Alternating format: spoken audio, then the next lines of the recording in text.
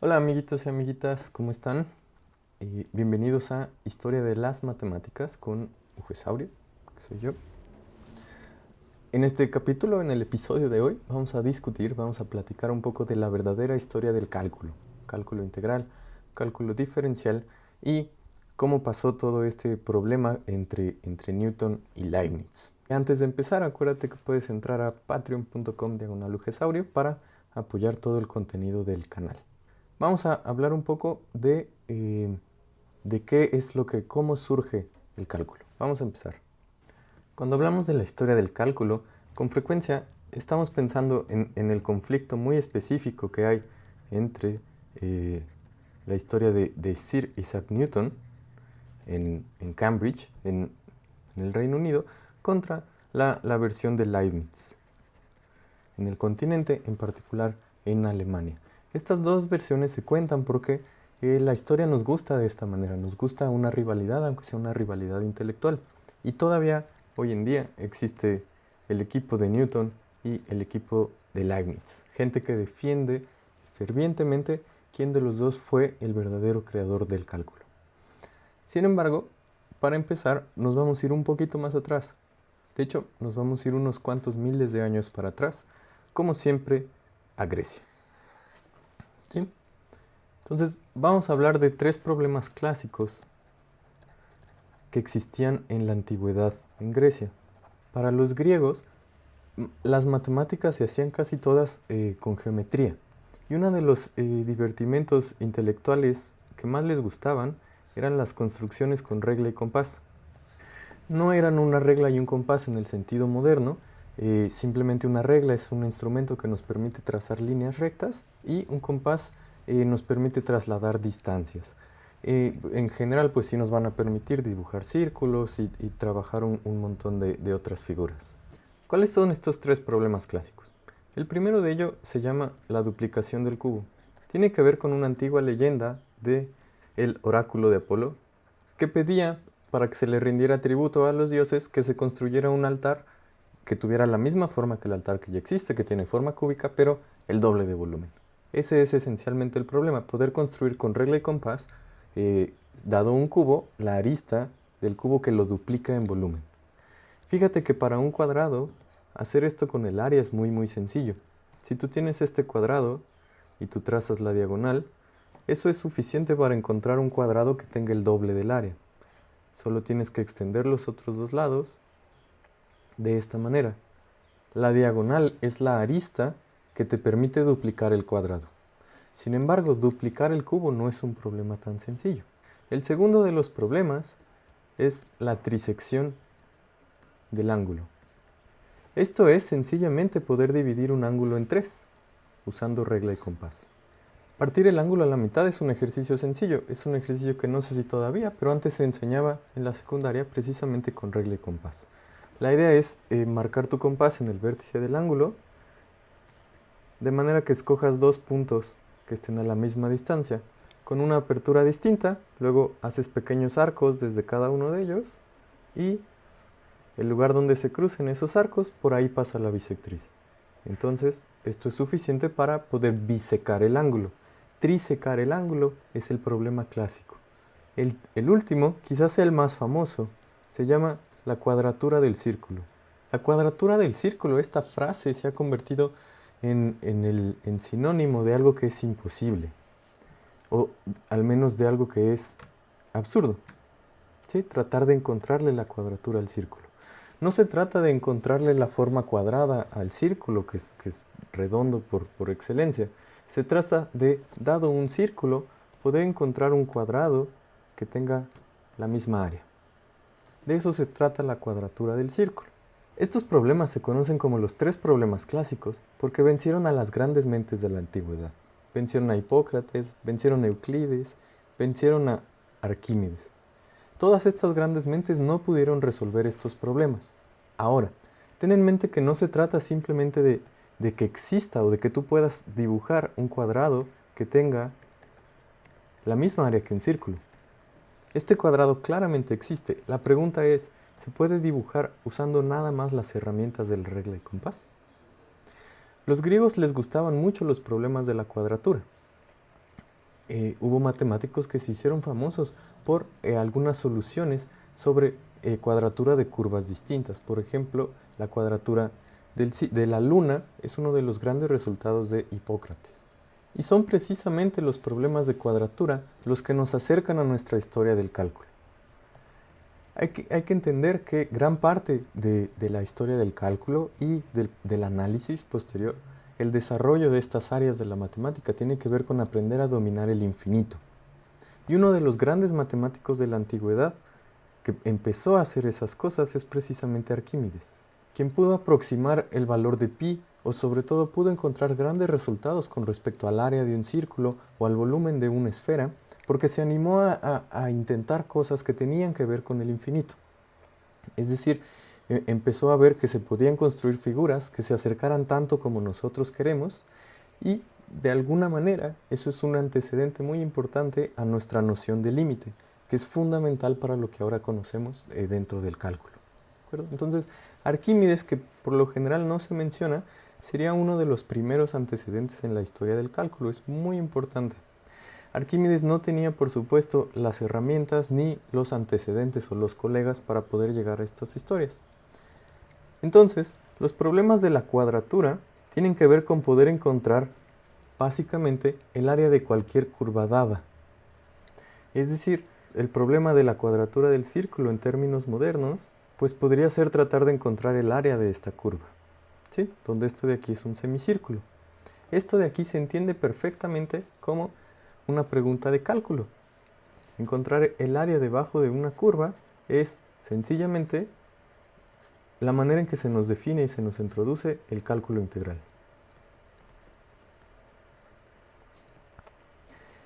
Muy rápidamente, los matemáticos se dieron cuenta que tratar de resolver problemas de cuadratura estaban ligados a otro tipo de problemas, que tienen que ver con, para cualquier curva dada, poder trazar una curva tangente en el punto que nosotros queramos. Esta es, en términos muy sencillos, la definición que se nos da de cálculo diferencial. Los problemas que tenían que ver con estas, tanto con calcular áreas como con calcular pendientes, los trabajó un matemático, ya acercándonos a estos tiempos de acá, llamado Isaac Barrow. Isaac Barrow era profesor del Trinity College, el Colegio de la Trinidad en Cambridge. De hecho, fue el primer maestro en tener la silla lucasiana. La silla lucasiana de matemáticas, la cátedra de matemáticas en Cambridge. Precisamente el heredero de la silla matemática fue su estudiante, Isaac Newton. Isaac Barrow, aunque normalmente no se menciona en la historia del cálculo, es muy importante. Isaac Barrow tiene, entre sus resultados, tiene la demostración del teorema fundamental del cálculo, que es precisamente el teorema que nos permite ligar tanto el cálculo diferencial como el cálculo integral. La segunda parte del teorema fundamental del cálculo se conoce precisamente como la regla de Barrow. Es decir, ya existían ciertos antecedentes con los que trabajó Newton. Sin embargo, Isaac Barrow, decir que fue profesor de Newton es un poco extender la palabra. En esos años Trinity College estaba quizás en un periodo de decadencia e Isaac Newton, un alumno muy joven, era una persona muy recluida que no compartía mucho, no asistía a clases y lo que más hacía era estudiar por su cuenta en la biblioteca. Isaac Barrow lo que definitivamente hizo fue guiarlo en la dirección correcta y reconocer su talento. Isaac Barrow fue fundamental para que Newton, quien todavía no había cumplido 30 años, heredara la silla lucasiana en el Colegio de Cambridge. Esto le dio a Newton muchísima libertad para hacer sus propias investigaciones y seguir trabajando en los temas que le interesaban. Es momento de hablar de Sir Isaac Newton. Newton nació en la Navidad de 1642 como un bebé prematuro. Tuvo que pasar un tiempo en incubación, digamos, y no tuvo una infancia fácil. Su padre murió antes de que Newton naciera y cuando su mamá se volvió a casar, a los 3 años de Newton, el padrastro decidió que no quería cargar con un hijo de 3 años y Newton tuvo que vivir y pasar el resto de su infancia con su abuela, en el pueblo vecino en el que ahora vivía su madre. Es decir, hay cosas en su infancia que sin duda moldearon el carácter retraído, de Isaac Newton. Isaac Newton nunca se conoció que tuviera muchos amigos ni un gran desenvolvimiento público durante sus años como académico. Cuando Isaac Newton tenía 18 años, ingresó a Cambridge. En esos entonces podríamos decir que a lo mejor los mejores años de Cambridge estaban detrás. La universidad ya tenía una gran tradición de enseñanza, pero en ese entonces era una universidad cualquiera. Es decir, los estudiantes iban ahí, podían no entrar a clase y pasársela en los bares del pueblo cercano. Isaac Newton pasó la mayoría de su educación en la biblioteca y se graduó como si fuera un estudiante cualquiera. Los grandes descubrimientos de Newton se dieron en 2 años muy difíciles para la sociedad de Cambridge. En 1665, Cambridge fue atacada por la plaga. Y entonces fueron 2 años en los que Newton tuvo que regresar a su pueblo natal y son quizás los 2 años más productivos para cualquier pensador. Newton era verdaderamente un fuera de serie y recordemos que para ese entonces tenía tan solo 23 años. En esos 2 años que pasó de vuelta a casa debido a la plaga, Newton llegó a las ideas de prácticamente todo.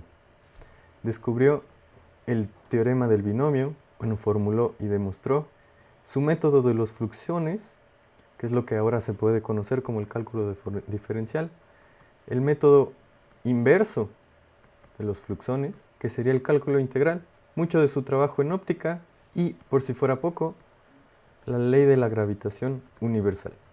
La famosa anécdota de Newton sentado debajo de un árbol en el que le cae una manzana en la cabeza sucedió en ese entonces. Es decir, y esto es importante, Newton estaba principalmente enfocado en cuestiones de física, como lo dejan ver sus trabajos en óptica o en gravitación. El que haya tenido que desarrollar herramientas matemáticas es precisamente porque no existía cómo trabajar las cuestiones de física que a él le interesaban. Entonces, todo esto que ocurrió, estamos hablando de 1666 y 1667.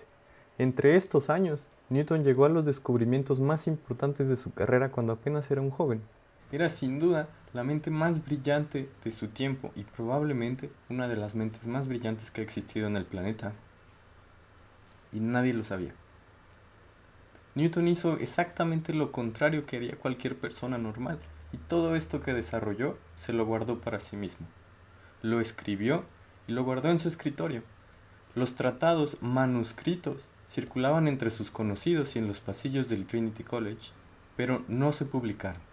Newton escribió De Analysi, el tratado en donde se contiene su trabajo sobre los métodos de fluxones, en 1669. Sin embargo, lo publicó hasta 1711. Se tardó más de 40 años en publicar su trabajo sobre el cálculo. Cuando eso había pasado, la gente creyó que Newton había plagiado el método de los fluxiones. Para entonces, en Europa ya se habían publicado otros tratados. De hecho, no fue hasta 1684 cuando su amigo Edmund Halley, famoso astrónomo, famoso por el cometa de Halley, lo convenció de que el trabajo que tenía ahí escrito Newton era invaluable y tenía que publicarlo. Halley además se comprometió a pagar la publicación y en 1687 aparece el Principia, los principios matemáticos sobre el universo natural, el libro más importante en la historia de la ciencia. Tal vez, probablemente. Años más tarde, ya encarrerado, Newton publicó en 1704 Optics, su tratado fundamental sobre la óptica, y como un epílogo, como un capítulo al final de este libro, publicó una sección llamada De Cuadratura, que fue el primer lugar en donde apareció mencionado su trabajo de fluxiones, porque lo necesitaba para las cosas de óptica. Newton era famoso por enseñar los resultados, pero no los métodos. Los métodos siempre se los guardó para sí, y eso le costó muy caro, porque para 1704 que apareció De Cuadratura, ya había aparecido el libro del Novo Methodus. En realidad, el libro completo, o el tratado, el artículo, se llama Novo Methodus pro maximus et minimis, itemque tangibius, que nec fractas, nec irrationales quantitates moratur, et singulare pro illis calculi genus. Es decir, Leibniz y no Newton es el que le dio el nombre a la materia. El libro de Leibniz, que apareció en 1684, es el que definió en gran medida el cálculo como lo conocemos. Newton se tardó más de 40 años en publicar su trabajo sobre el cálculo, y para entonces, en 1704, cuando aparecen por primera vez sus métodos, los matemáticos en el continente europeo ya llevaban más de 20 años trabajando con el cálculo como se los había enseñado Leibniz. Es momento entonces de hablar de Leibniz. Gottfried Wilhelm Leibniz se conoce como uno de los últimos genios universales. No es solo que le hayan interesado muchas áreas del conocimiento, es además que tuvo un impacto importante en cada una de estas, no solo en matemáticas, sino en física, en biología, en filosofía, en teología y en política. Leibniz estaba interesado en absolutamente todo y, al igual que Newton, era una mente bastante brillante. A los 20 años, Leibniz ya había terminado su doctorado en la universidad, y cuando terminó la universidad decidió iniciar una carrera política. En 1672 fue enviado a París en una misión diplomática. Para entonces, con 26 años, Leibniz conoció el ambiente de París, que tenía el ambiente académico y científico más brillante y más interesante de la época.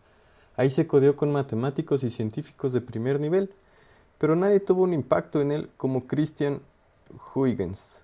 Christian Huygens, matemático danés, aunque hay que tomar todas estas cosas con un granito de arena.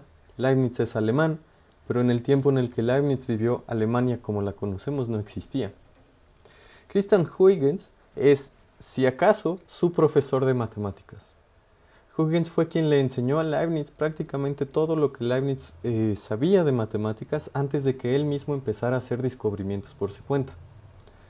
Huygens le propuso problemas de series infinitas que ocupaban a gran parte de los matemáticos en el continente europeo entonces. Es decir, el problema de sumas infinitas existía en la mente de muchos matemáticos de esa época, al mismo tiempo que Newton estaba trabajando su método de fluxones para cuestiones físicas. En 1673, Leibniz visita Londres en un viaje con la Royal Society, quienes lo hacen parte por ser un gran científico. En ese viaje, Leibniz conoció el tratado de análisis, el tratado que Newton había demostrado y que circulaba en los manuscritos en los pasillos. Leibniz pudo echarle un ojo.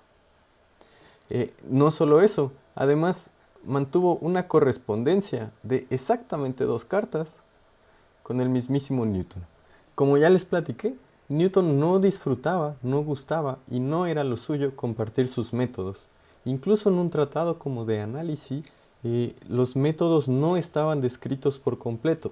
Newton gustaba mucho de mostrar resultados, pero se guardaba el conocimiento para sí, por miedo a que alguien se lo fuera a robar.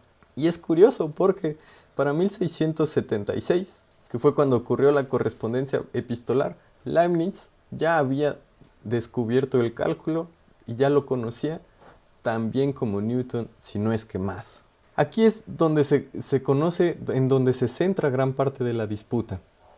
Es verdad que Newton llegó a los resultados antes.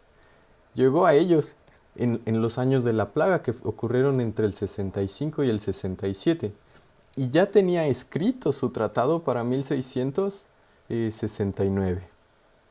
El tratado nunca se publicó y Newton nunca divulgó sus conocimientos. Newton no tuvo estudiantes, pese a ser el profesor en Cambridge.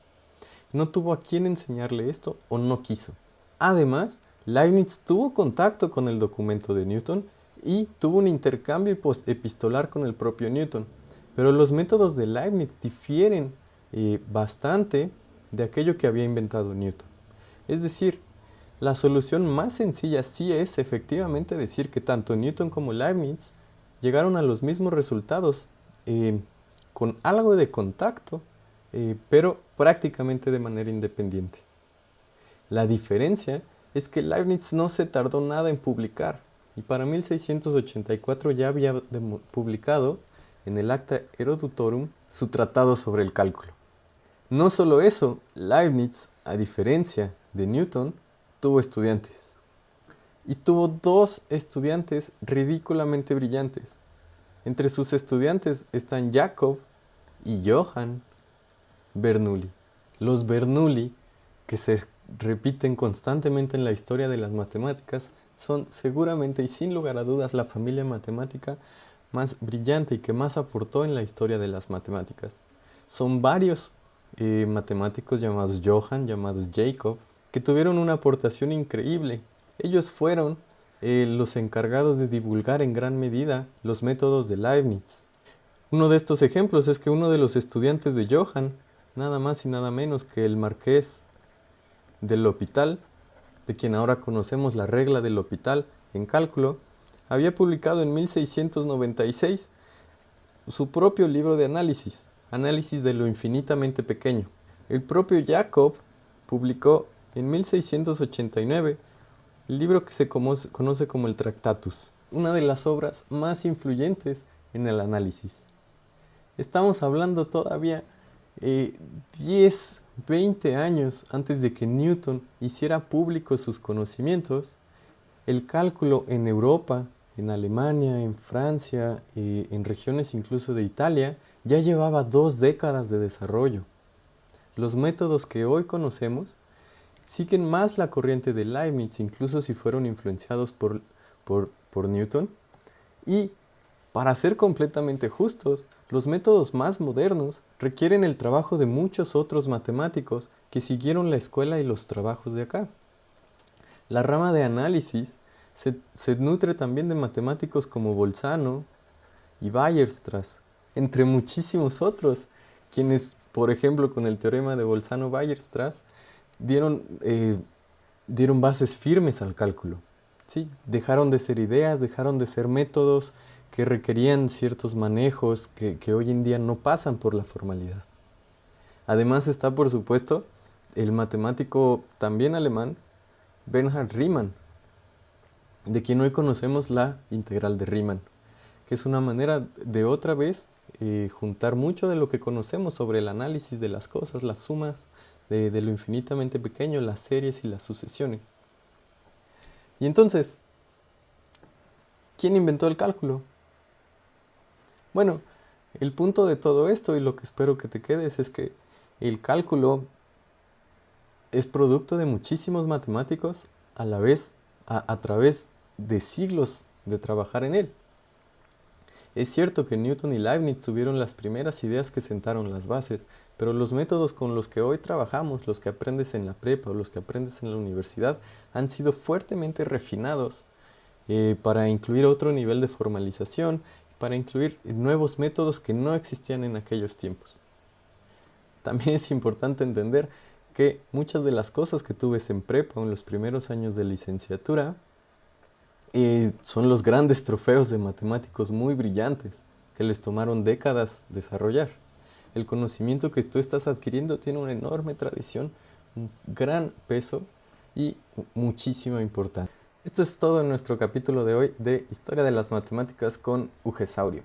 Recuerda que puedes apoyarnos con cosas tan simples como suscribiéndote al canal, compartirlo con tus amigos o suscribiéndote en patreon.com y haciendo alguna aportación en efectivo.